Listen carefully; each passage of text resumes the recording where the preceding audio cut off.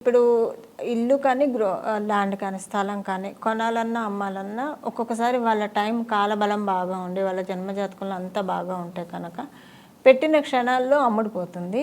కొనాలనుకుంటే నచ్చింది వెంటనే దొరికేస్తుంది. దీనికి ఏంటంటే మనకి శుక్రబలము కుజబలము ఈ 2 ప్లానెట్స్ బలం బాగా ఎవరికైతే ఉంటుందో వీళ్ళకి ఏంటంటే వాళ్ళ జన్మజాతకంలో ఉన్న చతుర్థాధిపతి బలము, ఒకవేళ చతుర్థాధిపతి నక్షత్రంలో లాభాధిపతి ఉన్నా సరే వీళ్ళందరికీ ల్యాండ్స్ అవి తొందరగా దొరకడము, తొందరగా అమ్ముడుపోవడం ఇలాంటివి జరుగుతూ ఉంటాయి. అయితే ఎప్పుడు ప్రాబ్లం వస్తుందంటే మనకి చరకారకాసాన్ని కొన్ని ఉంటాయి జైమిని సూత్రాల ప్రకారం.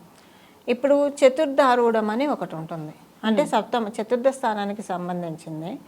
ఈ చతుర్థారూఢంలో కనుక రాహు భగవానుడు ఉన్నా, కేతు భగవానుడు ఉన్నా, లేదా శనీశ్వరుడు ఉన్నా, ఇప్పుడు ఒక్కొక్కళ్ళు ఉంటే ఎలా ఉంటుందో నేను చెప్తాను.